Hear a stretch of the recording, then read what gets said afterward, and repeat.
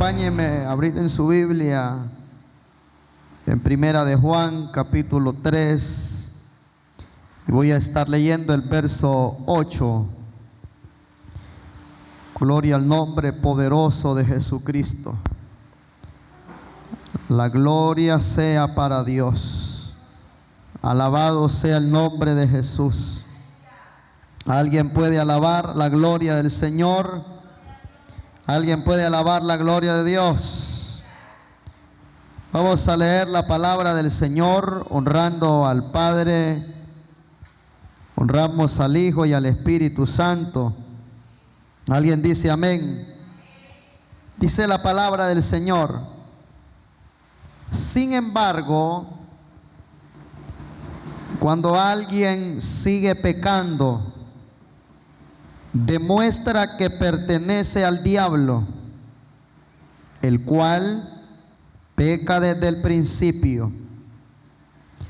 Pero el Hijo de Dios vino para destruir las obras del diablo.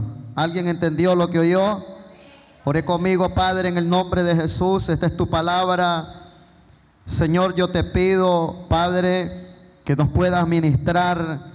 Revélanos a través del Espíritu Santo la verdad que está en ella. Yo oro, Señor, y ruego en el poderoso nombre de Jesús que el Espíritu Santo me ministra mi mente, mi corazón. Quiero pedirte, Señor, que esta palabra no se la lleve el viento, sino que quede grabada y guardada en lo más profundo de mi corazón, en el nombre de Jesús. Oro, Señor, para que tu palabra bendiga y ministre a cada uno de los que la van a escuchar, en el nombre del Señor. Alguien se saca un fuerte gloria a Dios. Tenga la amabilidad de sentarse y permítame ministrarle unos minutos bajo el tema considere el pecado. Quisiera que usted esta noche, por medio de lo que va a escuchar, usted pueda considerar el pecado, y que al oír a Dios usted pueda darse cuenta lo que es el pecado. Estaba meditando que hoy en día, a través de este mundo moderno, actual, en el que estamos viviendo, llamado el siglo XXI, vamos a ver a una serie de creyentes, o le llamamos cristianos, una serie de cristianos, hermanos, viviendo hoy no en la santidad de Dios, sino que viviendo en el pecado.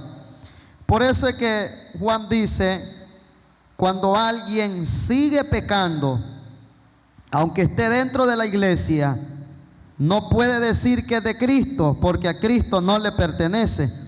Cuando alguien sale del pecado y sigue pecando, aún estando dentro de la iglesia, no es de Cristo, porque el que peca, dice Juan, le pertenece al diablo. ¿Cuántos están oyendo eso? ¿Ve? Entonces hoy en día, para muchos cristianos, el pecado, como también el pecar, se ha convertido en algo normal que se practica, algo normal a lo que ya no se sabe que es algo que está condenado por Dios. Ahora eso se ve como algo normal. Pecar es algo normal, y hemos tomado ese punto erróneo. Todos lo hacen, todos pecan, todos andan mal, todos viven de esa manera. No hay quien me juzgue, no hay quien me señale. Ciertamente ante la integridad de los hombres no hay, pero ante la verdad de la palabra sí existe algo que te va a juzgar. Y no son los hombres, sino es la palabra de Dios. ¿Alguien entendió lo que dije? Ciertamente no habrá hombre que te juzgue o que te vaya a señalar por tus pecados, pero sí hay algo que te va a juzgar, y es la palabra. Hay algo que te va a sentenciar, y es la palabra, y te va a condenar.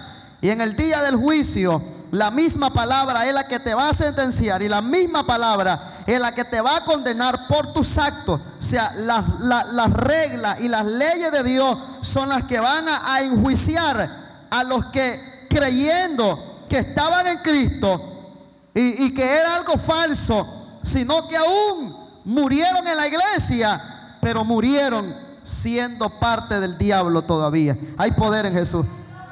Ve, pero algunas personas también pecan y ignoran las terribles consecuencias que causa el vivir una vida de pecado.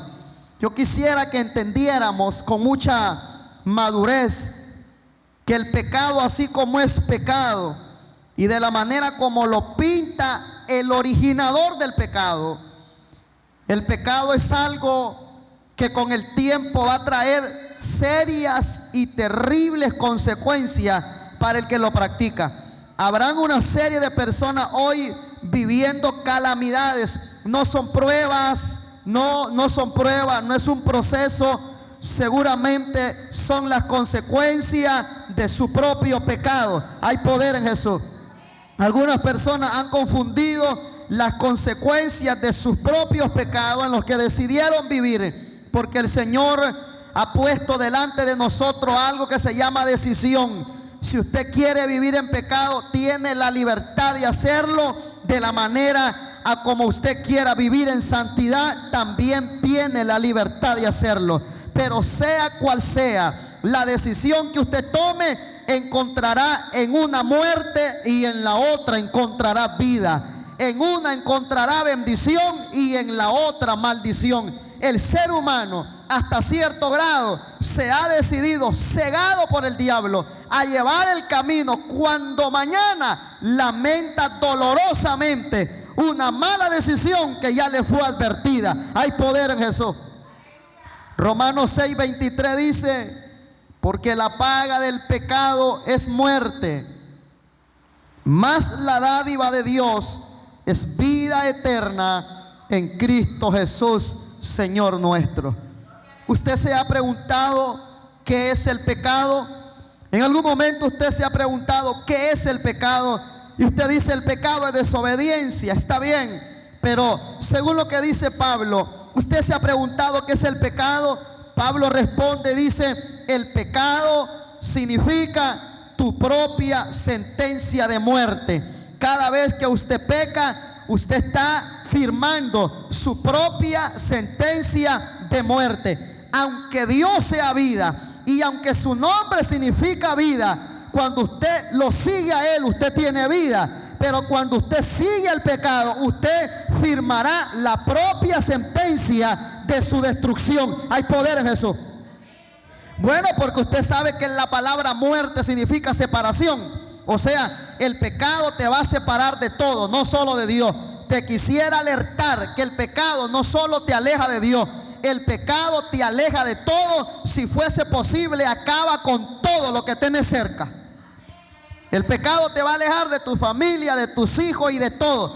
No solamente te va a alejar de la iglesia. Por si alguien cree que cuando peca solo se aleja de la iglesia, no. La pérdida en el pecado es algo general. Eso te va a afectar de una forma terrible. Si el pecado fuera algo sencillo, entonces ¿para qué murió Cristo? Si el pecado fuera algo que no afecta a nadie, entonces es vana la muerte de Cristo. Si el pecado fuera algo que no causa una serie de cosas terribles, entonces ¿para qué murió Cristo? No solamente Cristo murió para librarnos del infierno, Cristo murió para que fuéramos libres de la esclavitud del pecado. Hay poder en su nombre. Hay poder en su nombre. El asunto está en que usted vivo, usted disfrute la gracia de Dios. El asunto está en que usted en vida, usted goce de los beneficios de la cruz. Hay poder en el nombre del Señor.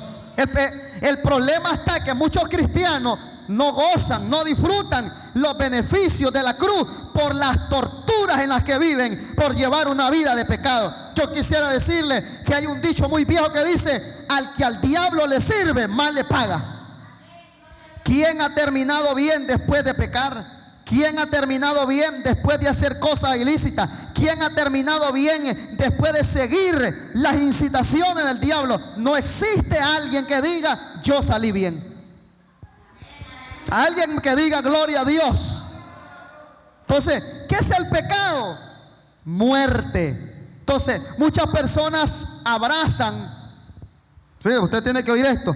Muchas personas abrazan y se deciden morir bajo su propia decisión. Porque el que peca está pecando conscientemente.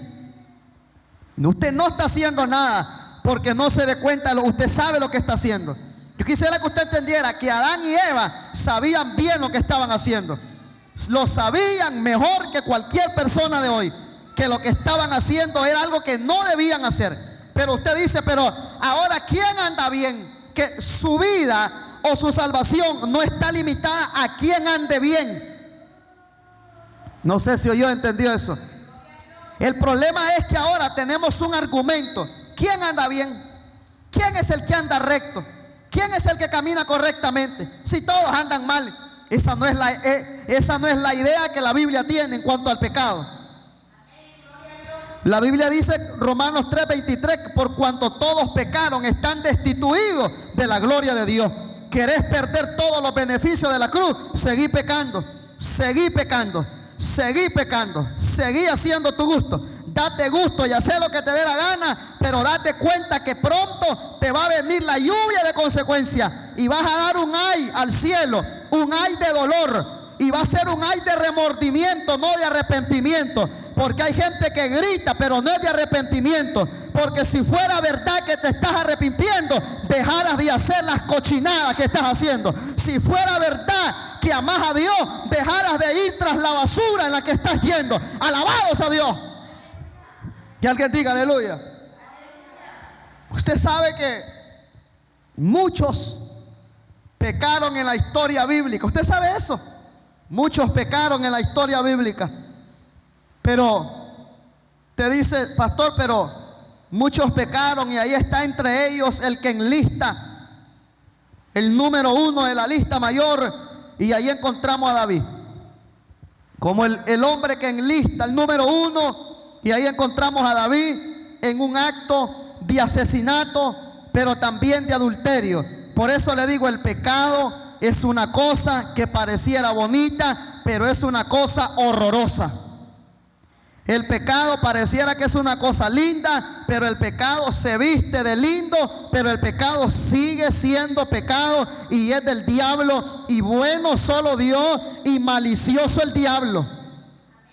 ¿Querés que te revele cuál es la obra del pecado? Bueno, la obra del pecado es matar, hurtar y destruir. Si no lo sabía, conózcalo hoy, y si sigue pecando, dése cuenta que va a ser usted bajo esos 3 principios: matar, hurtar y destruir. Bendito sea su nombre.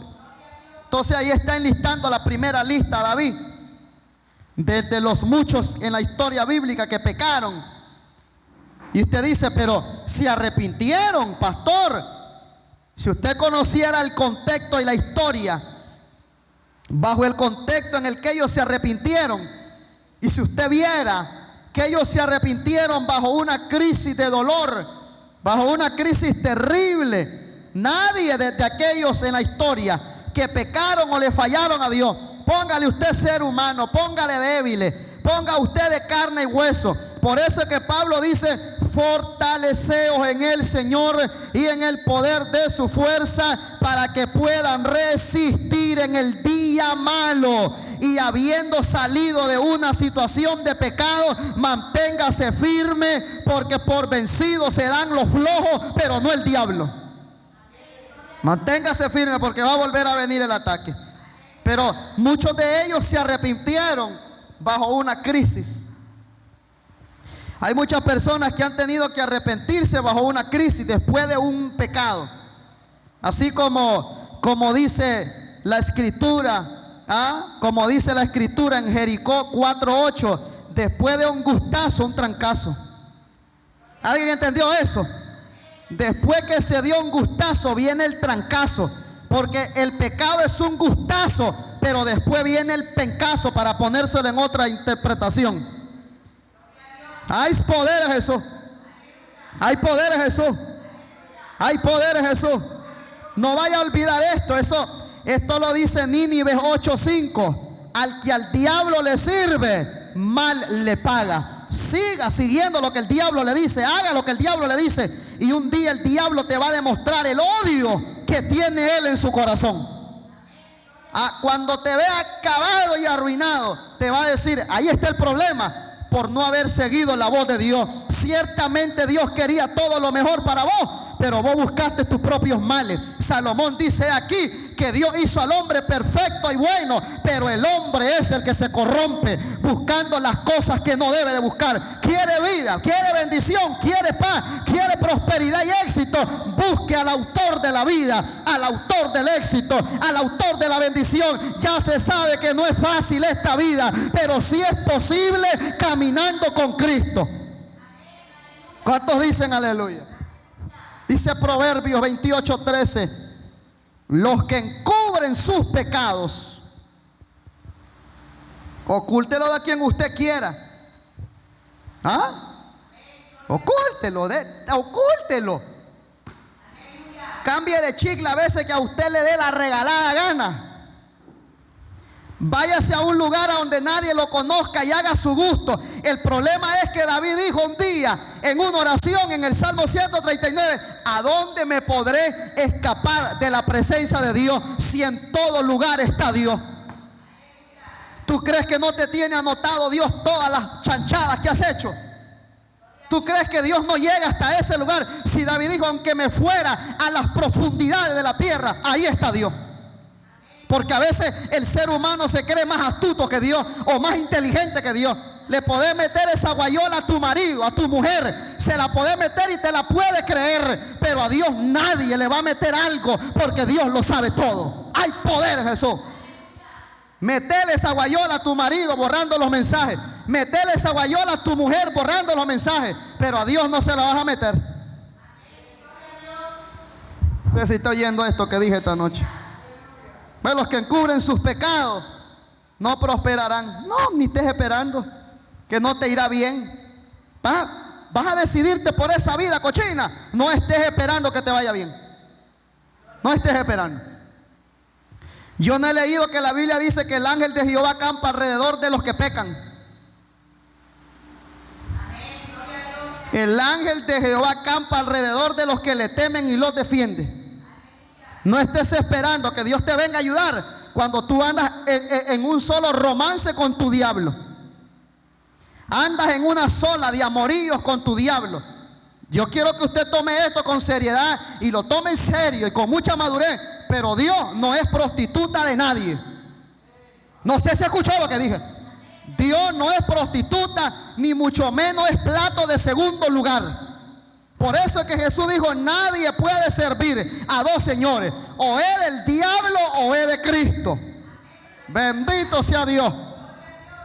Ve, pero dice la Biblia, pero si los confiesan y los abandonan, recibirán misericordia. Eso dice la Biblia. Encubrir significa ocultar algo o manifestarlo. Repito, usted lo puede ocultar de quien quiera. Y usted dice, me voy a ir a pecar a Managua porque ahí nadie me conoce. Está bien, está bien. Me voy a ir a pecar a Costa Rica porque ahí nadie me conoce. Está bien. Ciertamente hoy no se sabrá, pero usted no va a cerrar los ojos ante la muerte antes de todo lo que usted hizo sea manifiesto ante los ojos de los hombres. Un día se va a saber la vida que llevaste. Por eso es que luego hay hombres que se llevan una vergüenza, le aparecen mujeres que la mujer nunca le conoció. Porque hay gente que le gusta, hay gente que le fascina jugar con juego, hay gente que le gusta jugar con el cuchillo para su propio mal, porque tanto va a crear severas consecuencias al que anda allá en el mundo y no se arrepiente de su pecado, como al que está dentro de la iglesia. La rienda va a ser más fuerte porque conociendo la verdad se hizo el disimulado y se lanzó al pecado. Tanto dolor le va a traer al que anda allá afuera, orgulloso, rehusándose, allá soberbio y altivo, diciendo que él no necesita de Dios, con una vida sucia, con una vida corrompida, como también los que están dentro de la iglesia. Alabado sea su nombre. Entonces, ¿qué significa encubrir? Ocultar o tapar algo. Tapar algo. Tapar algo. Diga conmigo, tapar algo. Vea lo que dice Nínive 1:5. Nadie puede tapar el sol con un dedo. Usted lo quiere, usted le pone toda la palma de la mano, no lo va a poder tapar nunca. Juéguesela de lo que usted quiera. No, porque nosotros la jugamos de inteligente. Hasta le da gracias a Dios. Gracias, mi Señor, que mi marido no se dio cuenta. Yo le aseguro que ese señor es del término diabólico, porque si usted anda haciendo la obra del diablo, Dios no le ayuda en eso. Gracias, Padre, que mi mujer no me leyó los mensajes. Descarado, sinvergüenza, cínico.